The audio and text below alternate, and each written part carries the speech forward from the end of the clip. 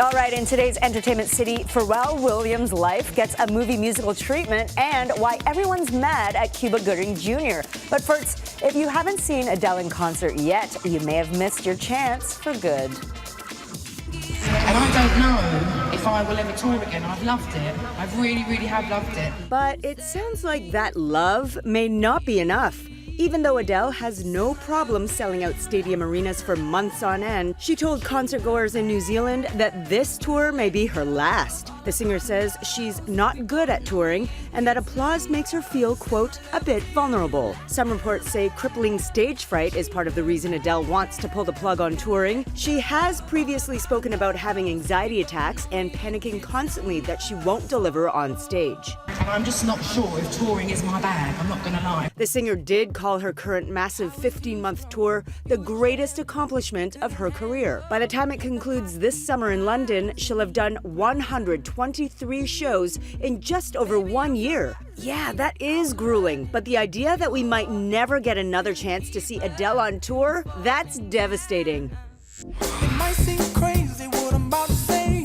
Pharrell the movie musical? Yep, you heard that right. A big screen story inspired by Pharrell Williams' childhood is in the works. The musical will be called Atlantis and will apparently trace the Grammy Award winner's early years in Virginia Beach, with early reports suggesting it'll have a Romeo and Juliet love story vibe. Pharrell is set to produce the film. It won't be his first foray into movies. He was a producer on Hidden Figures, which earned 3 Oscar nominations. Pharrell's plot for a musical film comes as the genre makes a big comeback. Think of the waves La La Land made. And right now, we have the live-action Beauty and the Beast ruling the box office.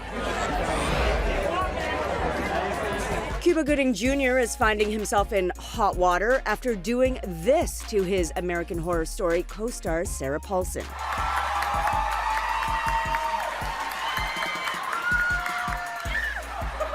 Now, if you missed it, yes, the actor lifted up an unsuspecting Paulson's skirt on stage as she greeted fellow co-star Kathy Bates during a panel discussion about their show. While Paulson appeared to take it in stride, publicly at least, fans were not impressed and shared their outrage on Twitter, with many calling him disrespectful and demanding he apologize to Paulson.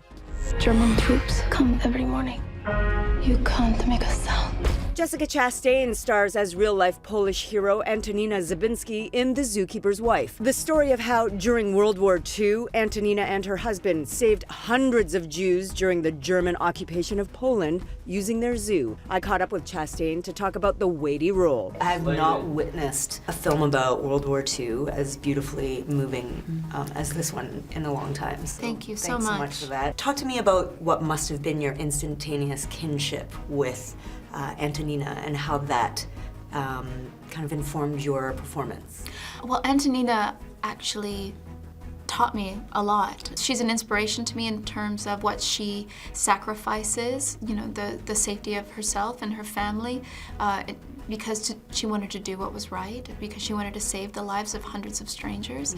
And I think that's a really important beacon of light to think about every day. No one knows how hard it is. You can never tell who your enemies are. Be sure to tune in Friday to hear more from Jessica Chastain about playing The Zookeeper's Wife.